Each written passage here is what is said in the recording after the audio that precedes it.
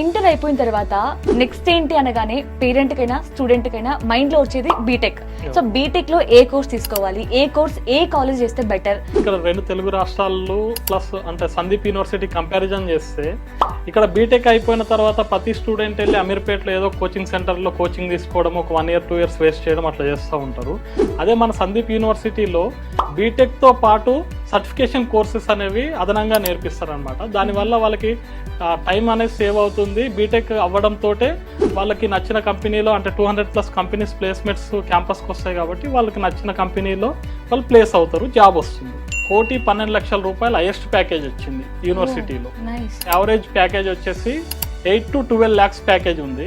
ఎంత రేషియోలో జాబ్స్ వచ్చాయని చూసుకుంటే ఓవరాల్గా యూనివర్సిటీలో 100% రేషియో ఉంటే దాంట్లో 80% స్టూడెంట్స్ అనేది క్యాంపస్ ప్లేస్మెంట్స్ వచ్చాయి. సో చూస్తున్నారు కదా, మీరు కూడా 4 years కష్టపడి బీటెక్ చదివి తర్వాత మళ్ళీ ఒక 2 సంవత్సరాలు ఈ కోచింగ్ సెంటర్స్ చుట్టూ తిరుగుతూ టైం వేస్ట్ చేసే బదులు ఒకసారి సందీప్ యూనివర్సిటీని విజిట్ అవ్వండి.